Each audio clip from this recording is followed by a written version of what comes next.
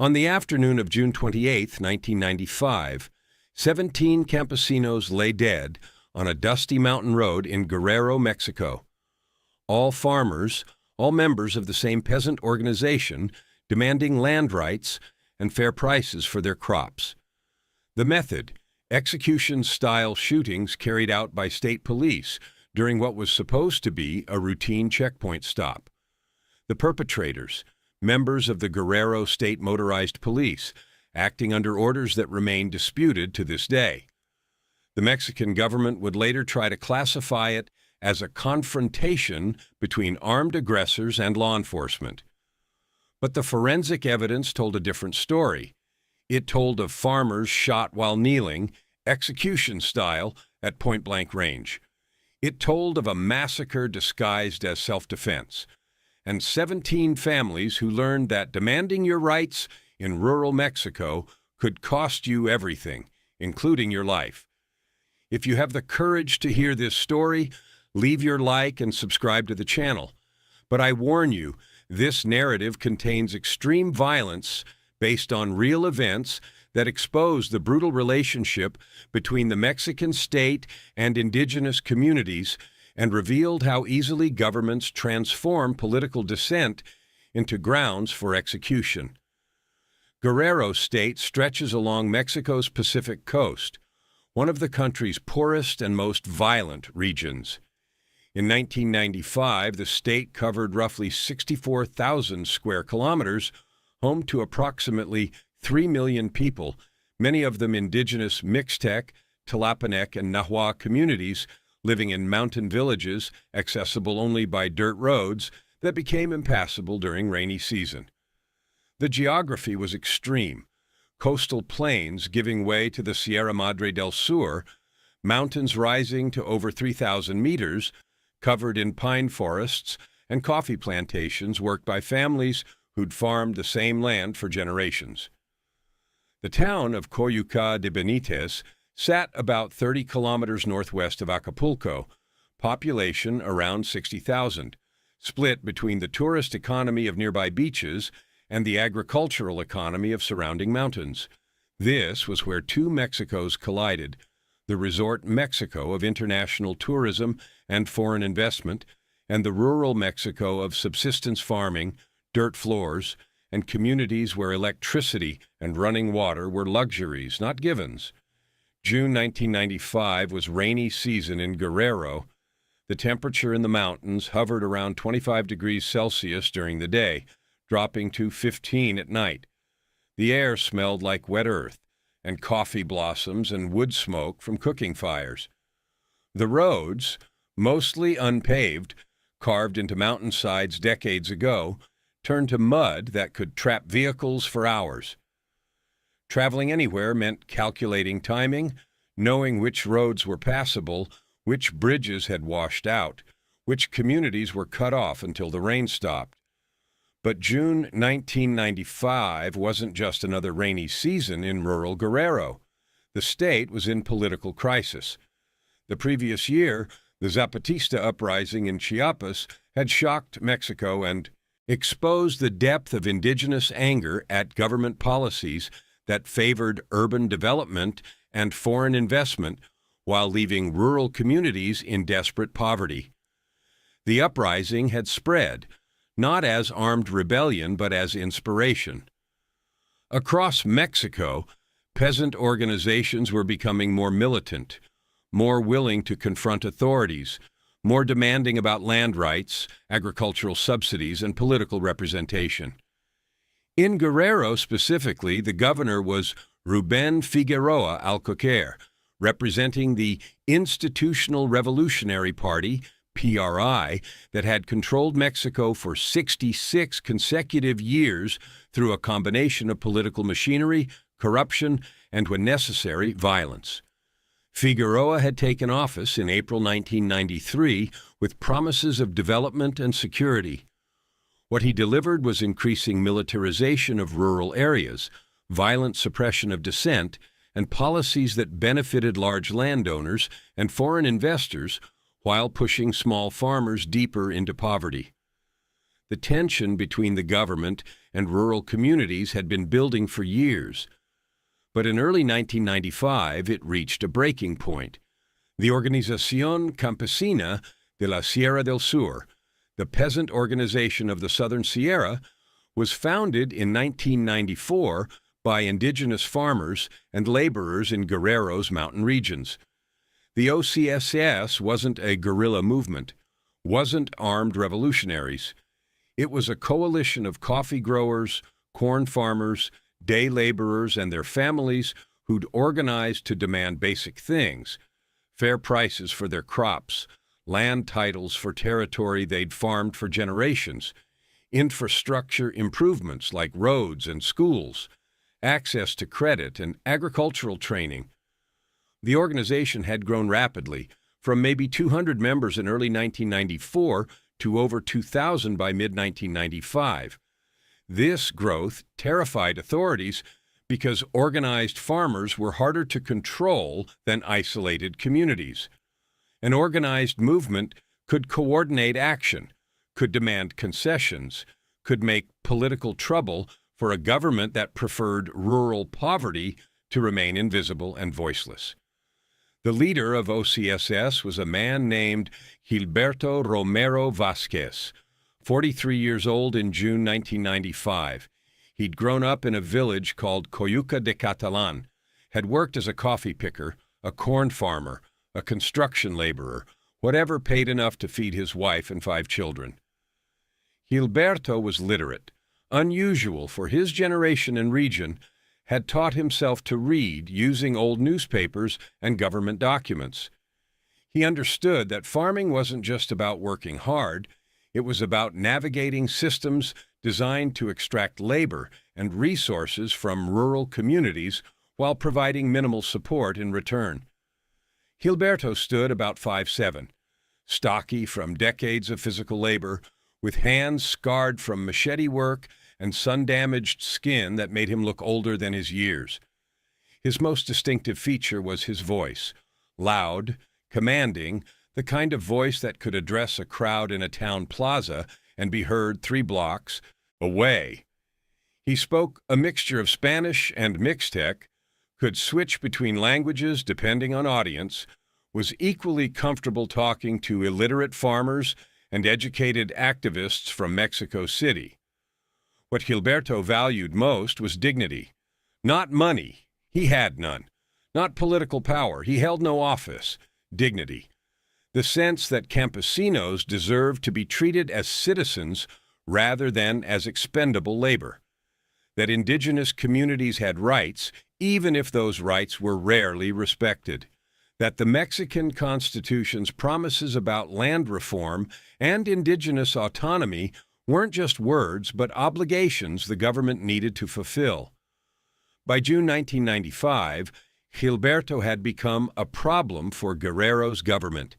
He organized protests, led marches to government offices, filed petitions demanding land titles and agricultural subsidies.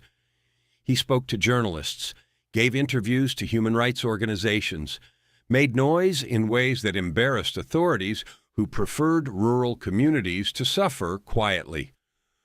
Governor Figueroa had labeled OCSS a destabilizing force, had suggested in speeches that peasant organizations were fronts for guerrilla movements, had created an atmosphere where demanding your rights became synonymous with threatening state security.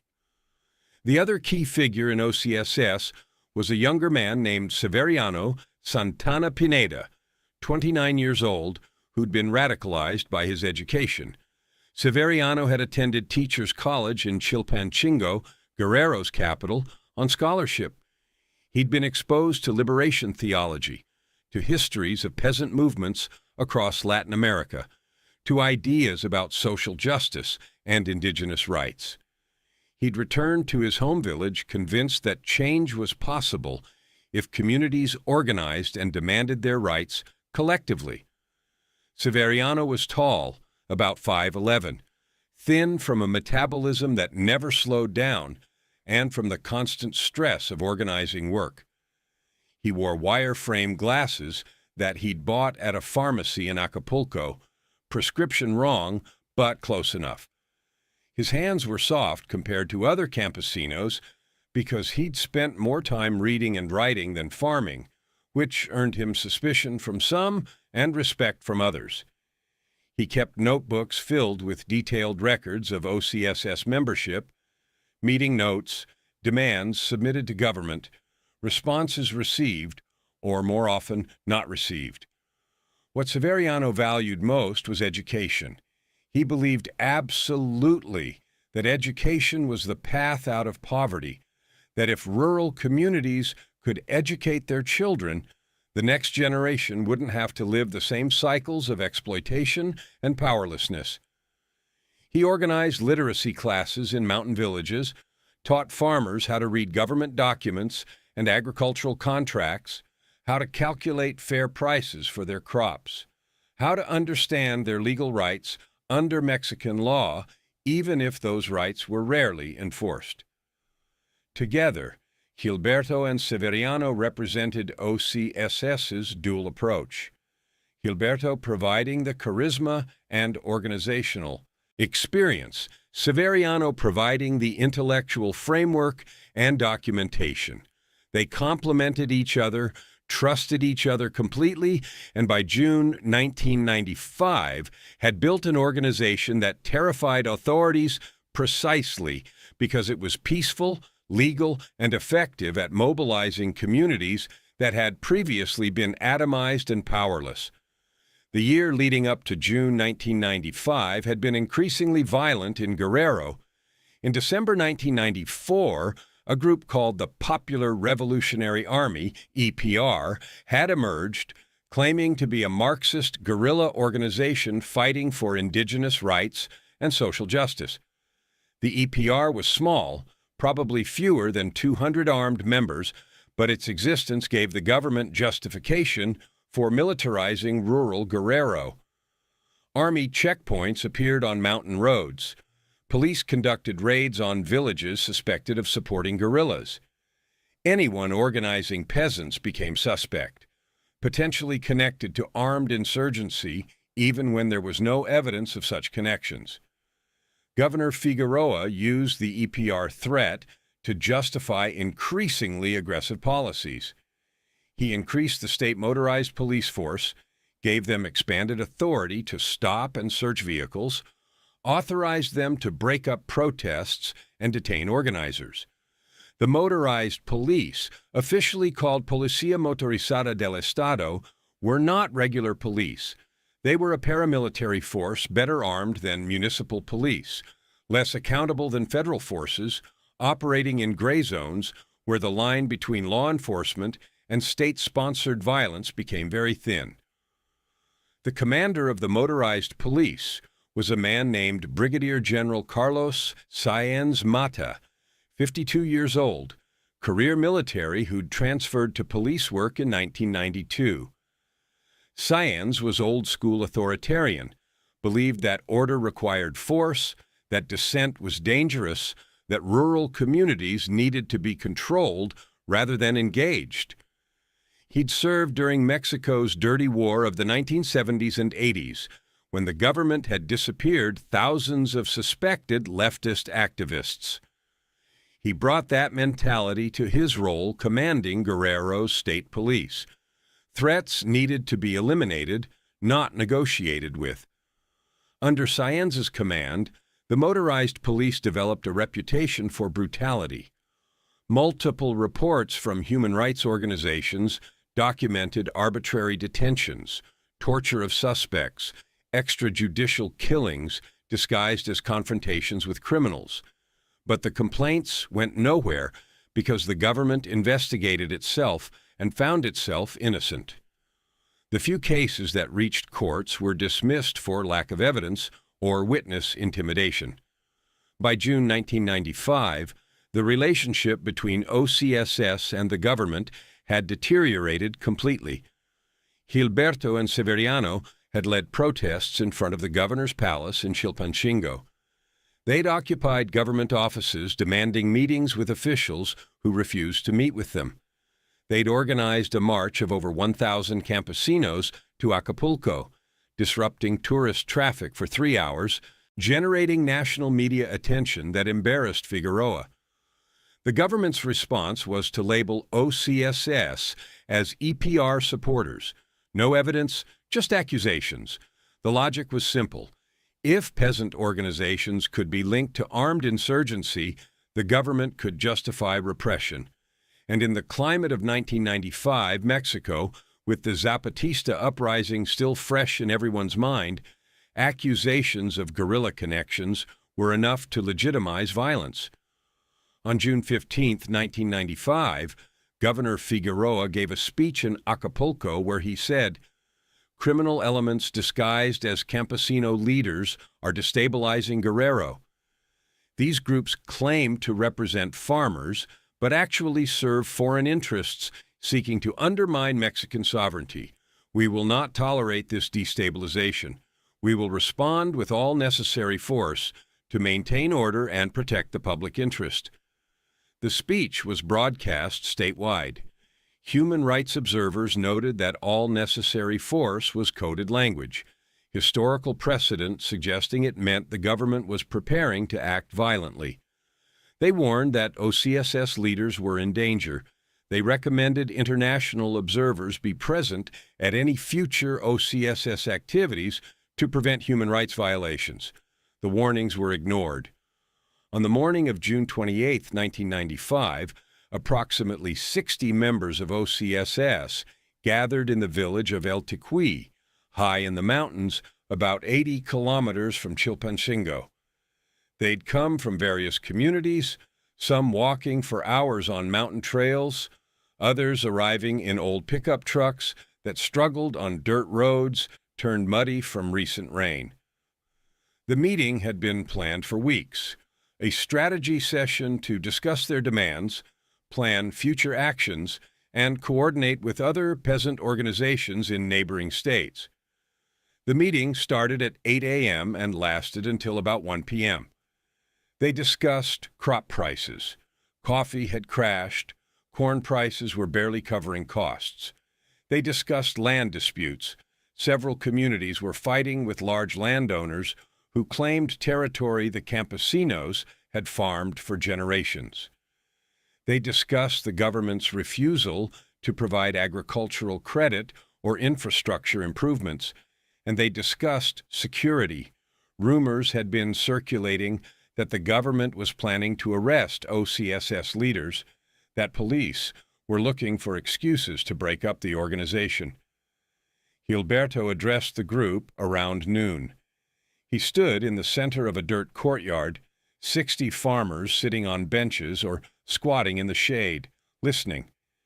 His voice carried the weight of someone who knew they were operating in dangerous territory, but believed the cause justified the risk. "We are not criminals," Gilberto said in a mixture of Spanish and Mixtec. "We are farmers. We work the land. We feed our families. We ask only for what the Constitution promises: fair treatment, land rights, support for agriculture. The government calls us destabilizers. They call us guerrillas. But we are neither. We are citizens demanding our rights." He paused, looked around at faces he'd known for years, men and women who'd trusted him, who'd joined OCSS believing organization was safer than isolation. "They want us to be afraid," Gilberto continued. "They want us to stay quiet, to accept poverty as our fate. But we will not be quiet. We will continue organizing. We will continue demanding justice.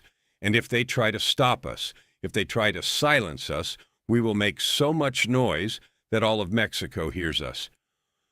The group voted on their next action, a march to Atoyac de Alvarez, a larger town about 40 kilometers away, where they'd present demands to the municipal president and local police commander.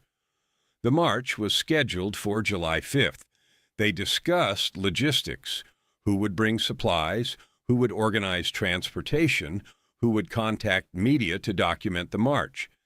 Everything planned carefully, peacefully, legally. Around 1:30 p.m., the meeting ended. The campesinos began preparing to return to their home villages. Some would walk, Others would crowd into the beds of pickup trucks for the rough journey down mountain roads.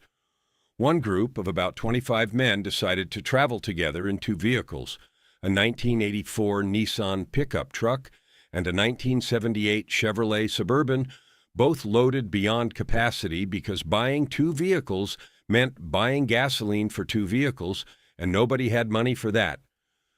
Gilberto and Severiano were in this group. So was a 19-year-old named Elpidio Zamora Cruz, who'd joined OCSS 3 months earlier after his father had been cheated by a coffee buyer. So was a man named Aurelio Torres Tapia, 52, who'd farmed the same piece of land for 40 years and was fighting eviction by a company that claimed his land was needed for a resort development. So was a teenager named Fidel Valencia Pinacho, 17, who attended the meeting with his father and who'd been talking about going to teachers' college like Severiano. At 2:15 p.m., the two vehicles left El Tiqui, heading down the mountain road toward the highway that would take them toward their various home villages. The road was narrow, carved into the mountainside with steep drops on one side and rock face on the other. The surface was mud and loose gravel, dangerous even in dry season, potentially deadly during rains. But this was the only road. You took it, or you didn't travel. The journey should have taken about 90 minutes to reach the main highway. From there, the group would split up, heading to different villages, a routine trip that hundreds of campesinos made weekly, traveling to meetings or markets or family visits. Nothing unusual except the cargo, 25 farmers who'd just spent 5 hours discussing how to organize against a government that increasingly viewed organization as rebellion. At 3:47 p.m., the two vehicles approached a bend in the road near a place called Aguas Blancas, White Waters, named for a stream that ran white with rapids during rainy season. The location was approximately 15 kilometers from where they started, maybe halfway to the main highway, a spot where the road widened slightly, creating a natural place for vehicles to pass each other or for travelers to rest. Waiting at Aguas Blancas was a checkpoint, 8 vehicles from the Guerrero State Motorized Police. Approximately 40 officers in tactical gear, armed with automatic rifles, positioned on both sides of the road in a formation that blocked passage completely. The checkpoint had been established sometime that afternoon, exact time unclear, by order of Commander Sanz Mata, who'd received intelligence, never specified, never documented, that a group connected to EPR guerrillas would be traveling this road. The two vehicles carrying OCSS members slowed, stopped about 20 meters from the police blockade. Gilberto was driving the Nissan pickup. He could see the police, could see their weapons, could see that this wasn't a routine checkpoint, but something else, something dangerous. "This is wrong," Severiano said from the passenger seat. "There's too many of them. They're positioned like they're expecting trouble." Gilberto nodded slowly. "We turn around. They'll chase us. We go forward. We give them excuse to search us, maybe arrest us." "We're legal," Severiano said. "We're citizens traveling home from a meeting. We have rights." Gilberto looked at his friend, at this educated young man who still believed Mexican law protected people like them. Rights are for people in cities. Out here, rights are whatever they say they are. But there was no choice. Behind them, the road was blocked by their own vehicle and the Suburban. Ahead, 40 armed police. They had to go forward. At 3:51 p.m., Gilberto drove slowly toward the checkpoint. The Suburban followed. When they were about 10 meters away, a police officer, later identified as Lieutenant Hermenegildo Solano Rivera, raised his hand, signaling them to stop. Both vehicles stopped. Gilberto climbed out of the pickup truck, hands visible, moving slowly, non-threatening. Severiano got out from the passenger side. Behind them, campesinos began climbing out of the truck beds, confused, nervous but assuming this was routine harassment. Police stopped indigenous people all the time, searched them, confiscated money or tools, roughed them up, then let them go. Annoying but survivable. Lieutenant Solano approached Gilberto. The lieutenant was about 35, stocky with the face of someone who'd learned to enjoy authority. He carried a FX-05 Schuquatl assault rifle, Mexican-made, modern, the kind of weapon you didn't issue to police doing routine traffic stops. "Where are you coming from?" Solano asked in Spanish. "A meeting in El Ticuy," Gilberto replied. "We're farmers, heading home." "Farmers," Solano repeated like it was a joke. "You're OCSS." It wasn't a question. Gilberto understood immediately that this checkpoint wasn't random. They'd been waiting specifically for this group. "We're members of a legal organization," Gilberto said carefully. "We have rights to organize, to meet, to travel." "You have rights," Solano said, smiling. "Of course you do.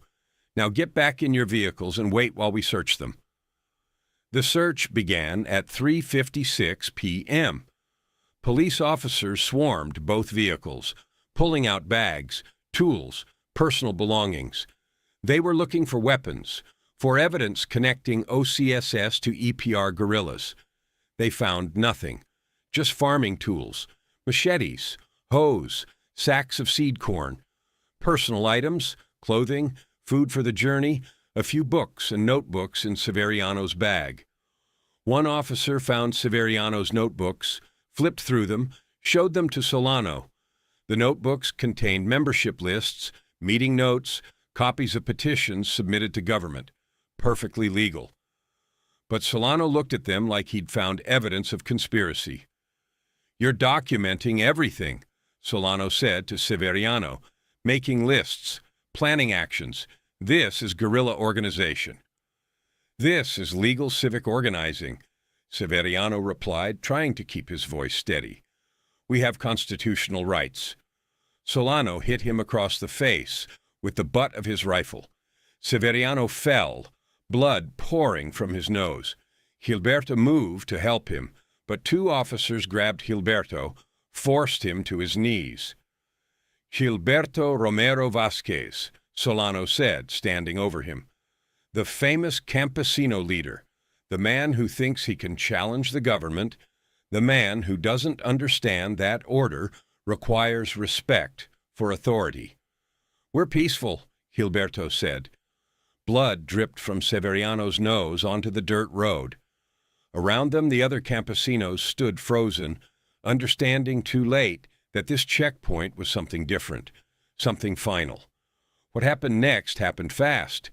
Maybe 90 seconds total, though witnesses would disagree on timing, on sequence, on who fired first. Memory doesn't work well during massacres. The brain records fragments, pieces, images without context or order.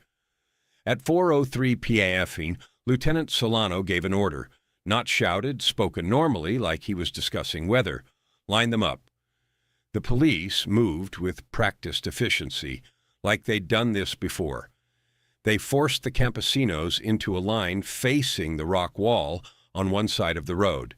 25 men, not allowed to run, not allowed to resist, just herded into position like animals awaiting slaughter. Gilberto knew. In that moment, he knew completely what was about to happen. This wasn't arrest, wasn't detention. This was execution disguised as law enforcement, and there was nothing he could do except face it with whatever dignity remained. "We are citizens," Gilberto shouted, his voice carrying over the sounds of police shouting orders. "We have rights. We have families. We are not criminals." Solano walked along the line of kneeling men, rifle in hand. He stopped in front of Gilberto. "You had rights. Past tense. You should have stayed quiet. Should have accepted your place. Now you're terrorists, guerrillas, threats to state security, and threats must be eliminated." The shooting started at 4:04 p.m. The motorized police opened fire with automatic weapons from a distance of approximately 3 to 5 meters. The sound was apocalyptic, drowning out screams, drowning out prayers, drowning out everything except the mechanical thunder of dozens of rifles firing simultaneously at human bodies that had nowhere to run. Gilberto Romero Vasquez was shot 6 times, twice in the chest, once in the abdomen, 3 times in the back as he fell. Death was not instant but came quickly, within 15 seconds, as his lungs filled with blood and his heart struggled to pump through damaged vessels. Severiano Santana Pineda, still on the ground from being struck earlier, was shot 4 times in the back as he tried to crawl away. The bullets severed his spine, punctured both lungs, and caused massive internal bleeding. He died face down in the mud, his wire-frame glasses broken beside him, one hand still reaching toward his notebooks that lay scattered on the road. Elpidio Zamora Cruz, 19 years old, was shot 7 times, a pattern suggesting multiple officers targeted him. The first bullet entered through his right shoulder, spinning him around. The next 6 hit him as he fell, including 2 to the head that killed him before his body hit the ground.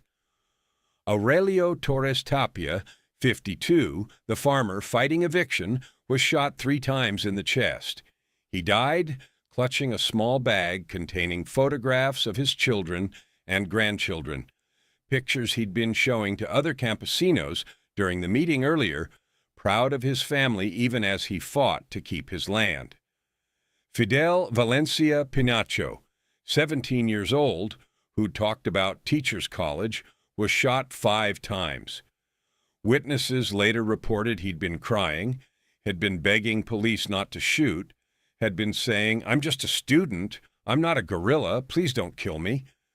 He was shot anyway, methodically, by officers who'd been trained that mercy was weakness and that orders superseded conscience. The massacre lasted approximately 90 seconds. When the shooting stopped, 17 bodies lay on the road at Aguas Blancas. Some had died instantly. Others were dying, bleeding out, drowning in their own blood, experiencing the final minutes of life as a confusion of pain and disbelief, and the understanding that they'd been murdered by their own government for demanding their rights. 8 campesinos survived. Some had hidden under the vehicles when shooting started. Others had been at the back of the line and had run into the forest when the first shots were fired, bullets chasing them, hitting trees, miraculously missing human targets. They survived because of luck, because police focused fire on the men at the front of the line, because in 90 seconds of chaos, some people get lucky while others die for reasons that have nothing to do with justice or guilt or anything except geography and timing. At 4:06 p.m., Lieutenant Solano walked among the bodies, checking for survivors. He found 3 men, still breathing, wounded but alive, conscious enough to understand what was happening. Solano shot each of them once in the head, execution style, making sure. These weren't combat casualties. These were executions, methodical and complete. The police then staged the scene. They placed guns and weapons near some of the bodies, weapons the campesinos had never possessed, weapons planted to create the narrative of a confrontation rather than a massacre. They photographed the scene, documenting the evidence they'd created. They radioed their commanders to report a confrontation with armed guerrillas affiliated with EPR. 17 hostiles killed, no police casualties, area secured.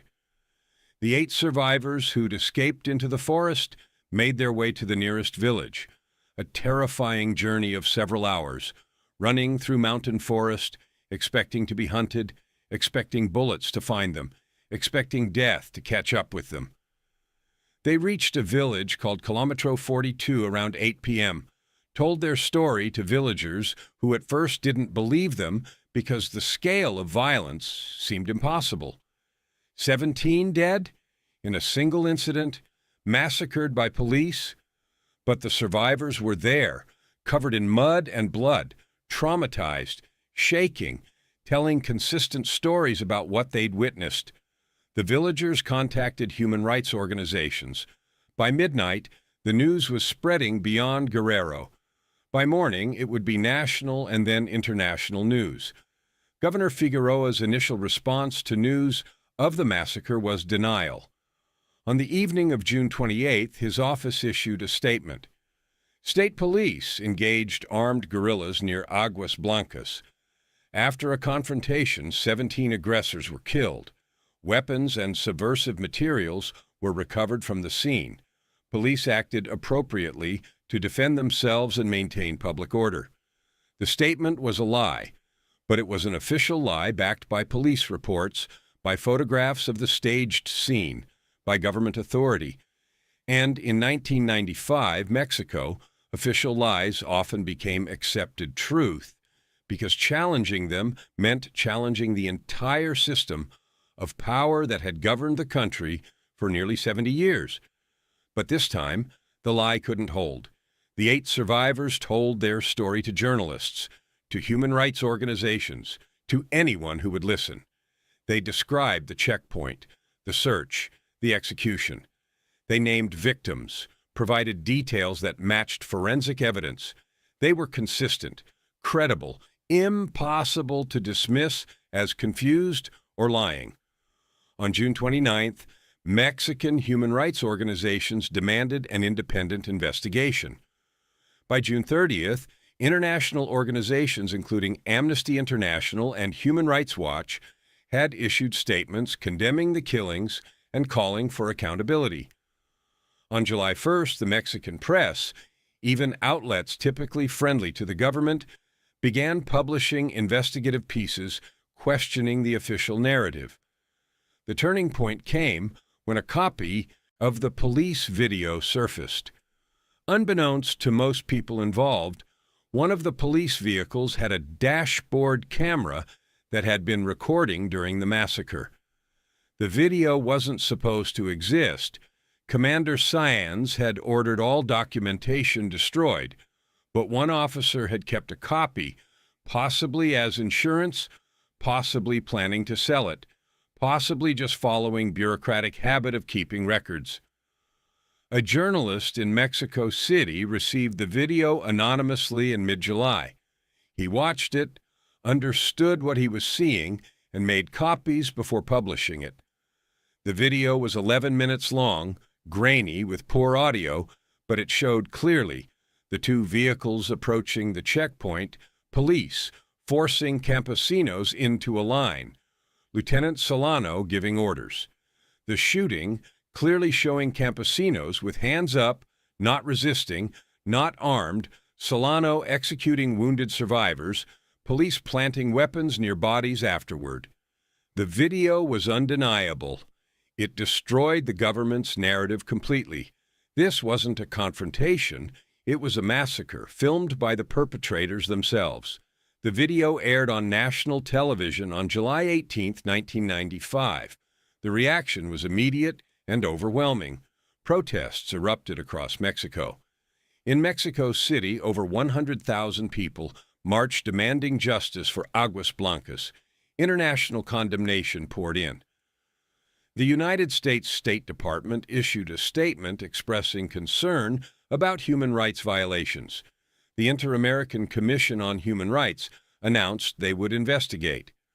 Governor Figueroa initially tried to defend his police force, claiming the video was edited or taken out of context, but the pressure became unbearable. On August 12, 1995, Commander Sáenz and Lieutenant Solano were arrested and charged with multiple counts of homicide. Eventually, 22 police officers would be charged with various crimes related to the massacre. The political consequences were swift. Governor Figueroa, under intense pressure from the federal government and facing potential criminal investigation himself, resigned on March 12, 1996, less than a year after the massacre. He would later face charges but would never be convicted. The Mexican legal system protecting powerful political figures, even when their culpability was obvious. The legal proceedings against the police officers involved in the massacre dragged on for years, hampered by witness intimidation, judicial delays, and systematic obstruction. In December 1998, 3.5 years after the massacre, a court finally convicted 6 officers, including Lieutenant Solano. The sentences ranged from 8 to 25 years in prison, penalties that human rights organizations deemed far too lenient for what amounted to mass murder. Commander Sáenz Mata was acquitted in 2001, the court ruling there was insufficient evidence he directly ordered the executions, even though command responsibility doctrine suggested he bore responsibility for actions taken by officers under his command. He walked free, returned to civilian life, and lived quietly until his death in 2009. Of the 22 officers originally charged, only 8 were ultimately convicted. Most served between 6 and 12 years of their sentences before being released on various technicalities or through parole. By 2010, all had been released. None expressed remorse. None acknowledged wrongdoing. Several gave interviews claiming they'd been following orders, that they'd been scapegoated for political purposes, that the campesinos had been armed guerrillas, regardless of what the video showed. The families of the 17 dead campesinos faced not only grief, but also economic catastrophe. Most victims had been primary breadwinners for extended families. Their deaths left widows, children, elderly parents without support in communities where social safety nets didn't exist. Gilberto Romero Vázquez's wife, Maria Elena, was left with 5 children ranging from ages 7 to 19. The family had been poor before Gilberto's death. Afterward, they were destitute. Maria Elena tried to maintain the small plot of land they'd been farming, but without Gilberto's labor and organizing skills, she couldn't generate enough income. Within 2 years, she'd lost the land to creditors and had moved to Mexico City, where she worked as a domestic servant while her children struggled in urban schools, where they were mocked for their indigenous backgrounds and rural accents. In a 2005 interview, Maria Elena said, "Gilberto died for nothing. He believed organizing could change things, that demanding rights would lead to justice, but all it led to was his death and our suffering. The officers who killed him served a few years in prison and then were freed. We're still poor. Our community is still poor. Nothing changed except I lost my husband and my children lost their father." Severiano Santana Pineda's parents, both elderly, had been depending on Severiano for support. After his death, they had no income. Neighbors helped for a while, but rural poverty meant everyone was struggling. Severiano's father died in 1997, 2 years after the massacre, from what doctors called heart disease, but what his family knew was grief. His mother lived until 2003, never speaking about her son's death, keeping his notebooks and glasses in a box she refused to open. Elpidio Zamora Cruz, the 19-year-old, had been engaged to be married. His fiancée, Luz Maria, was 18 when he died. She never married, spent her life working in her family's small store, kept a photograph of Elpidio on her wall until her death in 2019. In an interview in 2015, she said simply, "He was my future. They killed my future." Fidel Valencia Pinacho, the 17-year-old who dreamed of teacher's college, left parents who'd invested everything in his education. His father, Vicente, had worked double shifts in coffee fields to pay for Fidel's school fees and books. After Fidel's death, Vicente stopped working, stopped caring about anything. He died in 2001, essentially from giving up. His widow said, "Vicente died the same day Fidel did. It just took 6 years for his body to realize it." The collective trauma extended beyond immediate families. The massacre devastated OCSS as an organization. Membership plummeted from over 2,000 before June 28th to fewer than 200 by the end of 1995. People were terrified. If organizing peacefully led to massacre, why organize at all? The message was clear: challenge the government and die. Stay quiet and maybe survive. Human rights organizations documented that at least 30 former OCSS members received death threats in the months following the massacre. Several were beaten by unknown assailants. 2 disappeared and were never found. The intimidation campaign was systematic, designed to ensure that no similar organization could emerge, that rural communities would return to their atomized powerlessness. The Aguas Blancas Massacre became a defining moment in Mexican history, not because it was unique, but because it was documented. The video made undeniable what had always been true. The Mexican government routinely used violence against rural communities, particularly indigenous communities, and particularly against anyone who organized to demand their rights. Human rights organizations would later document that Aguas Blancas wasn't an isolated incident. It was part of a pattern. Between 1990 and 2000, at least 500 campesino activists were killed or disappeared in Mexico, victims of what scholars call Mexico's low-intensity war against its own rural population. Most of these cases received no media attention, no investigations, no justice. The perpetrators were never identified, or if identified, were never prosecuted. What made Aguas Blancas significant was that it couldn't be hidden. The video forced Mexico to confront something the country had always known but preferred to ignore: that the government maintained control in rural areas through violence, that indigenous lives were considered expendable, that the police and military operated with impunity in regions where poverty and geography made oversight impossible. The massacre accelerated changes already underway in Mexican politics. The PRI's dominance was eroding. Vicente Fox would be elected president in 2000, ending 71 consecutive years of PRI rule.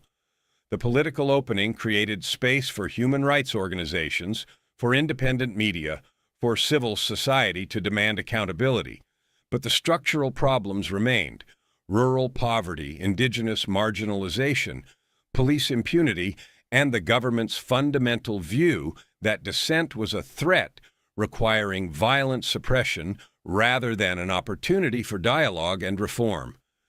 Guerrero State remained one of Mexico's most violent regions.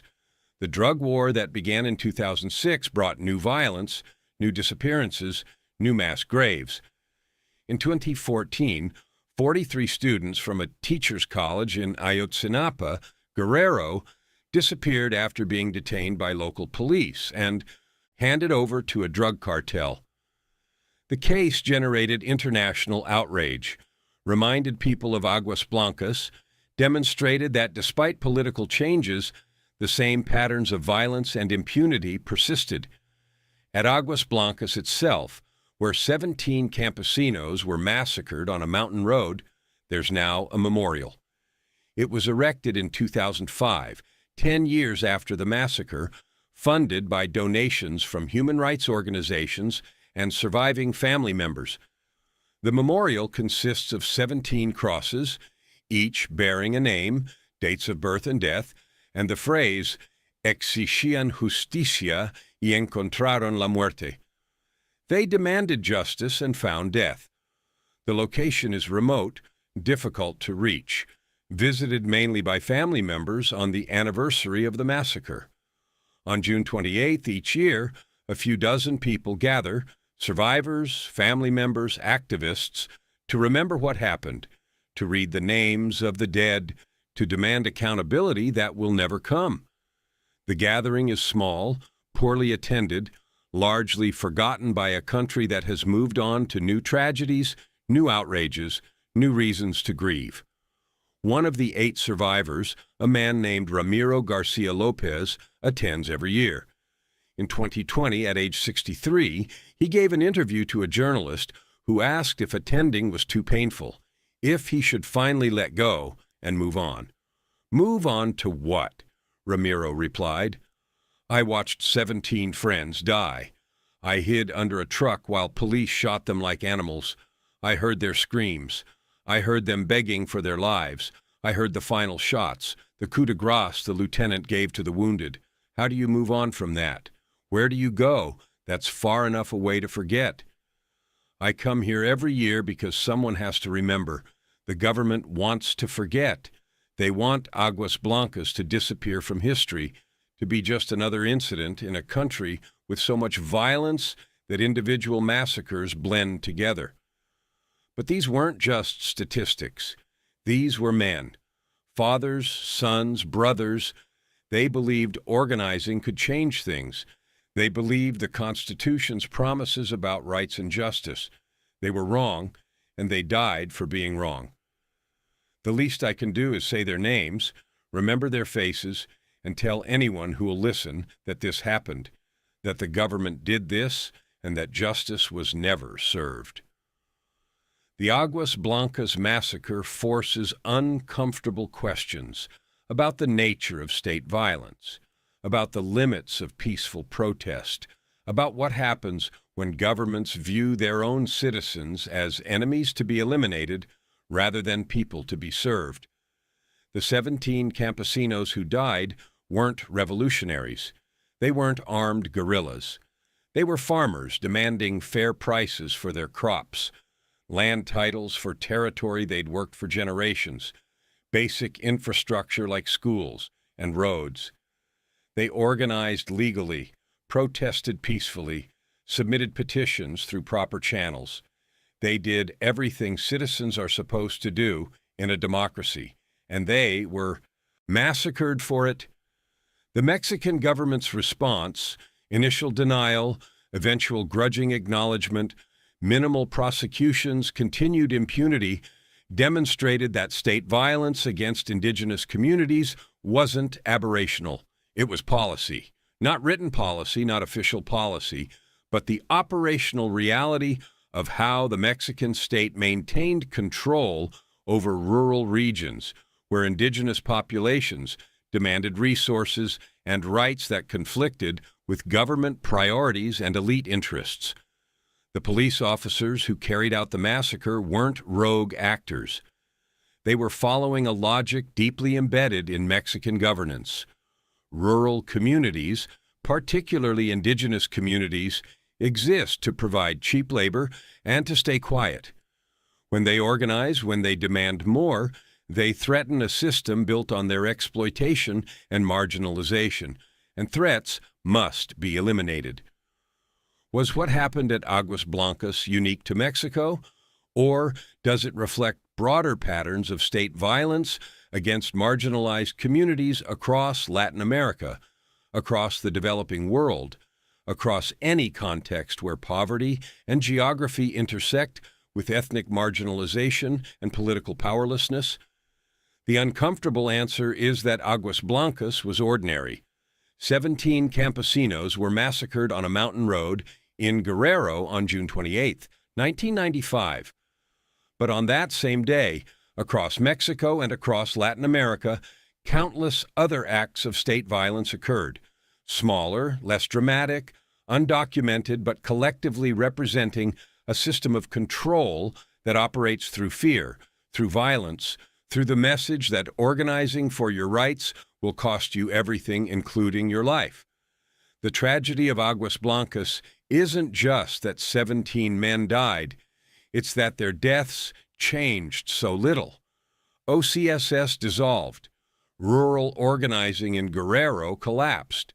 The message was received: stay quiet or die, and most people chose to stay quiet because survival requires pragmatism, and challenging systems that can massacre you with impunity isn't pragmatic, it's suicidal. But some people didn't stay quiet. The families of the victims, the survivors, the human rights activists who documented what happened and fought for accountability, they refused to let Aguas Blancas be forgotten. They knew justice would never be served, that the police officers would serve minimal sentences, if any, that the government officials who created the conditions for massacre would never face consequences. But they kept talking, kept documenting, kept demanding that someone remember what happened on that mountain road. Because memory is sometimes the only justice available. When courts fail, when governments lie, when perpetrators walk free, memory becomes the final accountability. Saying the names, telling the story, refusing to let tragedy disappear into the silence that authorities prefer. Gilberto Romero Vázquez, Severiano Santana Pineda, Elpidio Zamora Cruz, Aurelio Torres Tapia, Fidel Valencia Pinacho, and 12 others whose names should be remembered but are too often forgotten. 17 campesinos who demanded their rights and found death. 17 lives ended by a state that viewed their demands as threats requiring elimination. Their memorial stands at Aguas Blancas, 17 crosses on a mountain road, visited by fewer people each year as memory fades and new tragedies demand attention. But the memorial is there. The names are there. And as long as someone remembers, as long as someone tells the story, the massacre can't be completely buried under the layers of official denial and willful forgetting that governments prefer. If this story made you think about state violence, about the price of demanding your rights in systems built on inequality, and about how communities survive when their own governments view them as enemies, leave your like and share this video. Subscribe to this channel for more true stories that challenge what we think we know about justice, power, and the communities caught between them. Comment below. Where is the line between legitimate law enforcement and state terrorism? How should communities organize when peaceful protest can lead to massacre? Because these questions aren't just historical. They're being answered right now in rural communities across the world, where demanding dignity and rights still costs people everything, including their lives. Until next time, remember, the monsters we fear aren't always rebels or criminals. Sometimes they're the ones wearing uniforms, carrying badges, claiming to act in the name of law and order while executing citizens who dared to believe that organizing for justice was a right rather than a crime punishable by death.